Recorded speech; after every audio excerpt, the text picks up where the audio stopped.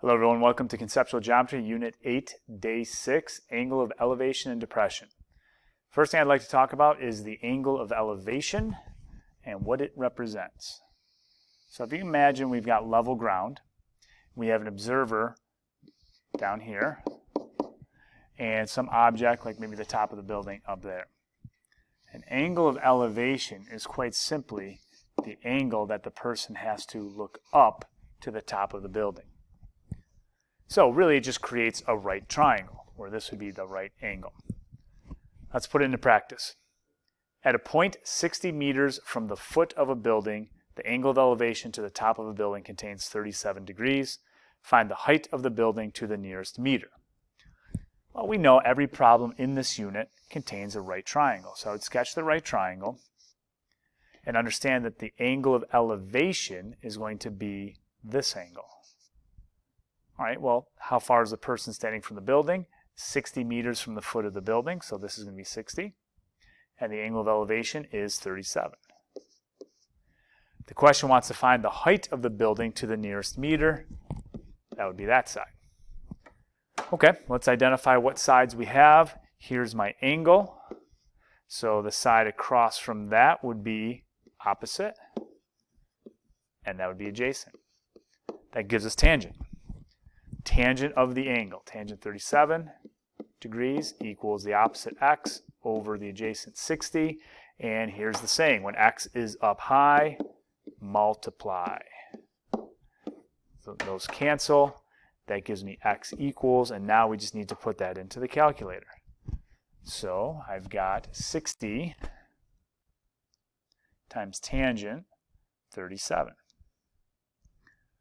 All right, it says nearest meter, which would be 45.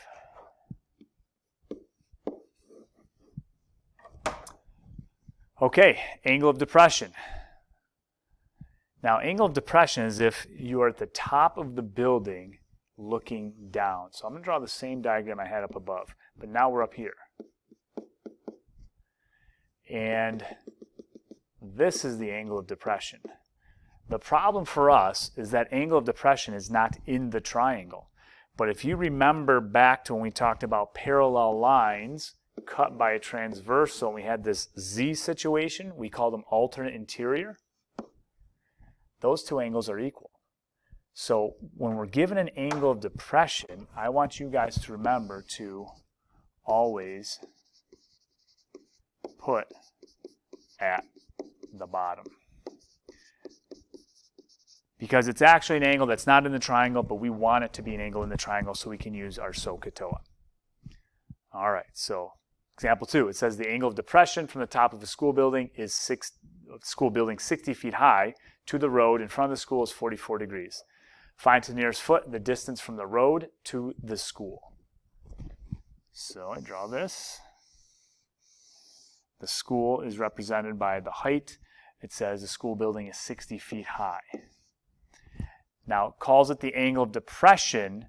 Remember, if you look up above, the angle of depression is outside of the triangle, so I will put it inside using the alternate interior angle. I want to find to the nearest foot the distance from the road to the school. That would be that part, the bottom.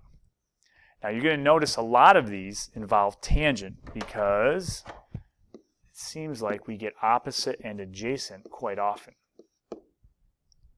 Here's my equation. Tangent of the angle, 44 degrees, equals the opposite, 60, over the adjacent x. Now, in this case, we would have to switch and go. When x is down low, switch and go. So x equals 60 divided by tangent 44. And again, it says nearest foot. I will just put that into the calculator. 60 divided by tangent 44. Hit enter, and that is 62. And really, that's all there is to this angle of elevation, angle of depression. Just remember, no matter what, you put that angle in the bottom. All right, example 3. Find the angle of elevation to the nearest degree that is formed when a person 40 meters away from the base of a tree is looking up at the top of the tree that is 84 meters high. Here's my right triangle. Find the angle of elevation. We don't know it. Put an X there. That is formed when a person 40 meters away from the base. So anything that has to do with the base goes on the bottom. The tree is 84 meters high, so we put the 84 here. And once again, I mentioned in the last example, notice we have opposite, we have adjacent. In our real world applications, those are the sides that come up over and over again. So this would be tangent of x equals 84 over 40. Here's the third type of equation we'll see. What do we do when the x is with the trig function? To undo this, you have to take the inverse of that function, which is tan negative 1. Now those two cancel, and all I'm left to do now is put this into the calculator. Well, if you remember, you have to use your second function. Let me clear this out. So I hit the second key, then I hit tangent, and it shows up as tangent negative 1. Then you can type in 84 divided by 40. Hit enter, and it says to the nearest degree, so that would actually round up to 65. 65 degrees. Example 4, the angle of elevation to the top of a building from a point on the ground 100 feet from the base of the building is 54 degrees. Calculate the height of the building to the nearest foot. So really the key to these is the setup. Making sure you understand where the angle of elevation or depression goes. It always goes on the bottom. So, and also where the 100 feet from the base goes. Anything that involves base goes on the bottom. The angle of elevation is 54 degrees. And I want to calculate the height of the building to the nearest foot. Some of you guys might recognize, hey, it's opposite and adjacent again, which means I'll be using tangent again. So I've got tangent 54 degrees equals the opposite side x over the adjacent, which is 100. And when x is up high, we multiply. Those would cancel. That gives me x. And now I just throw this into the calculator. 100 tangent 54. Make sure you're getting the same answers I'm getting up here. I think it said nearest foot, so that'd be 138.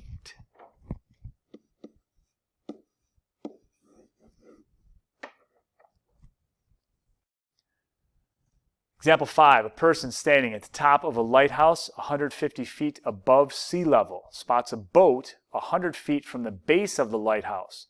What is the angle of depression to the nearest degree? Now this one's a little bit more complicated in terms of the wording as ones we've had before, but they all boil down to the same thing. A right triangle where this angle down here is both the angle of elevation and depression. Because remember, they are alternate interior angles. So no matter what, that's the angle I'm trying to find. So it says, what is the angle of depression? That's where my x goes. A person standing at the top of a lighthouse 150 feet above sea level. So that's a height. 150 feet goes here. Spots a boat 100 feet from the base of the lighthouse. So there's that word base again. That means bottom. As usual, we have opposite and we have adjacent, so we're going to be using tangent. This would be tangent of the angle, in this case is x, equals opposite 150 over the adjacent 100. How do you solve this again? Remember, you take the inverse. When you're looking for the angle, you take the inverse of the trig function because those cancel. And we put that in the calculator now.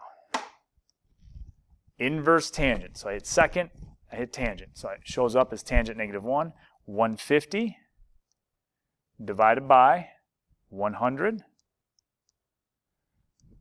And to the nearest degree, 56 degrees.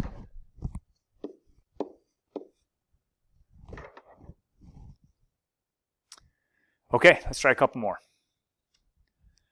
Example 6, an airplane pilot can see the top of a traffic control tower at a 20-degree angle of depression.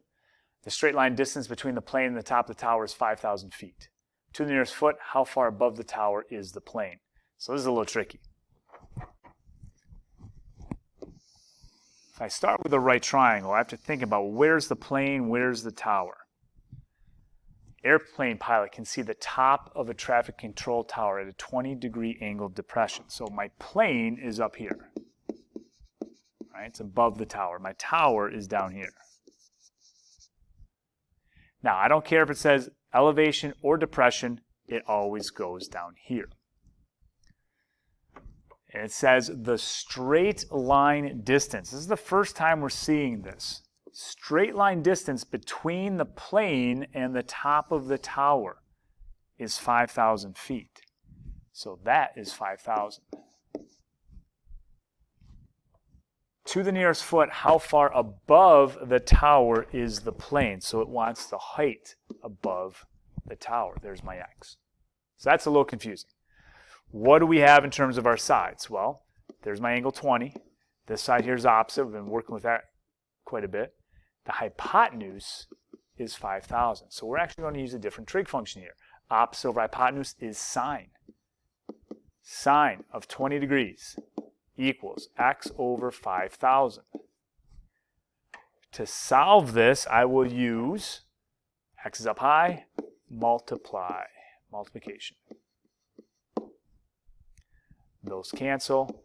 My value for x, it says to the nearest foot, so I type in 5,000 sine 20 into the calculator. 5,000 sine 20. 1710, 1,710.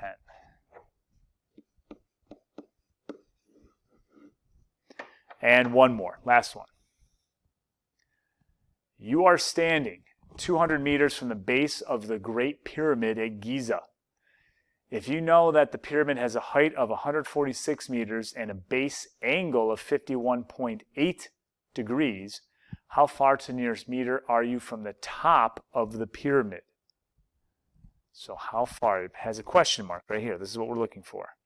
Let me highlight that. What we actually need to do here first is we need to find this distance. Because if we know that, I can use this base and this height and the Pythagorean theorem on this triangle I'm going to highlight.